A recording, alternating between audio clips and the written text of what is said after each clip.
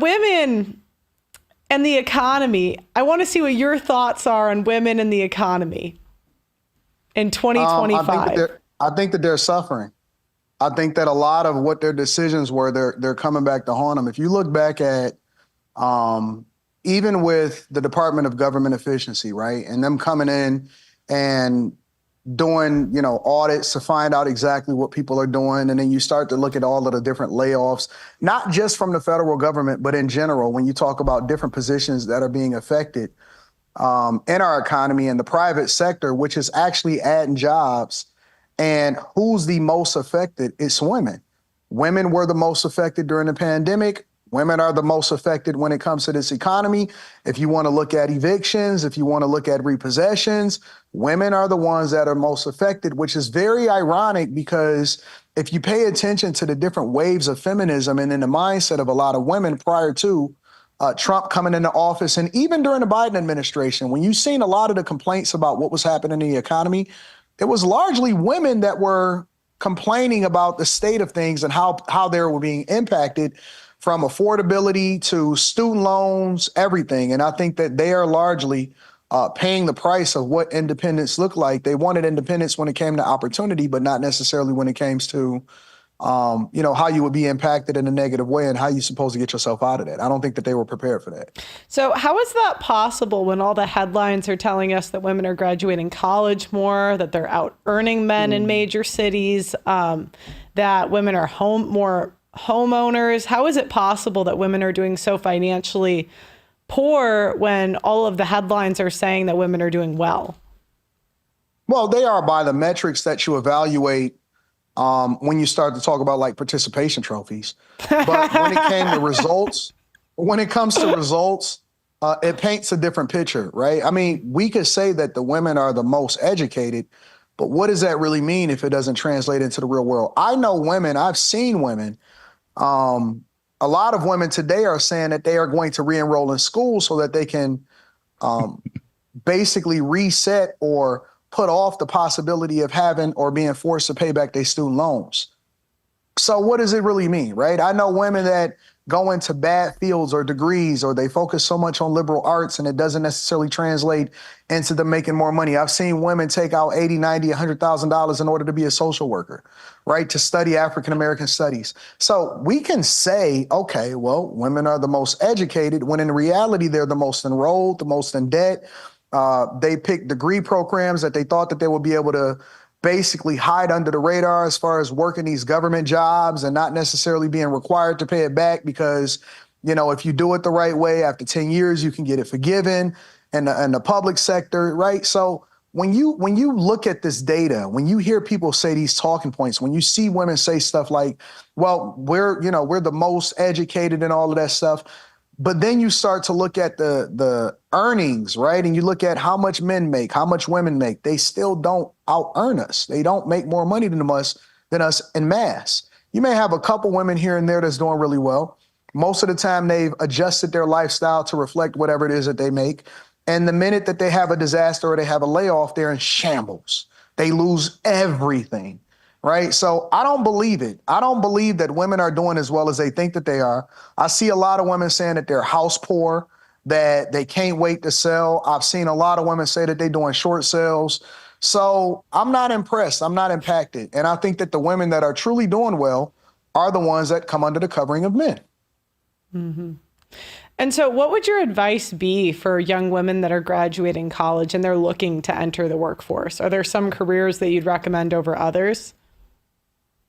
I think that, well, no, not really. I think that women that go into information technology, but not forced to do so, are doing okay.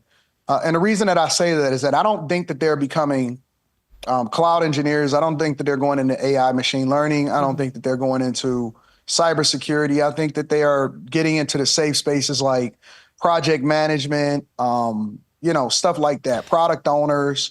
Anton, it's called tech adjacent jobs. So it is. So they're not necessarily technical. Yeah, they're not necessarily technical, but they are in the tech space, right? I think that those women do okay. I think that women have a knack for always going into nursing. It's a low barrier to entry field that doesn't require a whole lot of schooling, but then ultimately it's a form of job security. Although I don't think that nurses are necessarily the best women to date because they tend to be having a lot of relationships on the job. There No, are not some fields where women are nurses. doing okay. Nurses are rough. If you are a man that got a woman that's a nurse, I'm not saying that it's 100%, but it's probably like a 69, 70% chance that you got cheated on. Hey, Yeah. to be fair, in the divorce, you could put her on alimony, maybe. They make a lot of money, don't they? They do. No, they do okay. Yeah. Travel nurses tend to make more money Oh, really? than nurses that are stationary in a specific a specific market. Mm-hmm. So travel nurses get a per diem. They get their housing paid for. They usually command a higher rate. They made a killing during the pandemic. Travel nurses do really well. Men that are travel nurses do really well also, but they tend to be a lot more promiscuous than other fields. Yeah.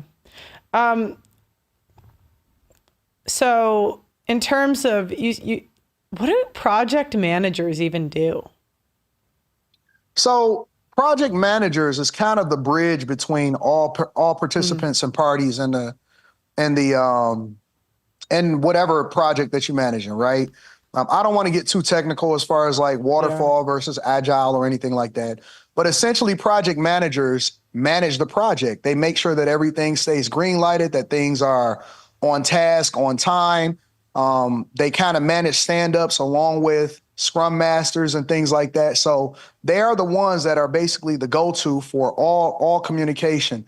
Developers usually tend to communicate through project managers to the product owners. Product owners are usually working hand in hand with project managers to make sure that they stay on the right timeline. So they kind of oversee all different aspects of it. So they touch everything. So they know a little bit about everything, but they're not necessarily an expert at anything, right? Whenever I hear about jobs that a lot of women go into, it just always seems like it's just nagging men to do things. And that just Honestly, it sounds like Pearl, getting paid to nag a little if you really bit. want me to, like, honestly, I think that we're going to start seeing a lot of women become stay-at-home mothers. Honestly, I think that people are trying to figure out how to lower their lifestyle because the growing sentiment is, well, nowadays with this economy, you need two incomes in order to survive. I don't believe that. I think that people need to adjust their lifestyle to more or less reflect the income. I think that you're going to start seeing women make a little bit of extra money on the side. If she can find a stay-at-home job, then she'll do that. But I think that you're going to see more women retreat into their quote unquote femininity, and they're going to start being stay-at-home mothers more than ever because it's much more difficult than they thought to compete against men for the jobs that they think that they want. You're not going to see women taking up all of these jobs that is being created through the economy, the manufacturing jobs, the steel jobs, the auto jobs, the plants, the semiconductor chips, all of that type of stuff, the construction jobs.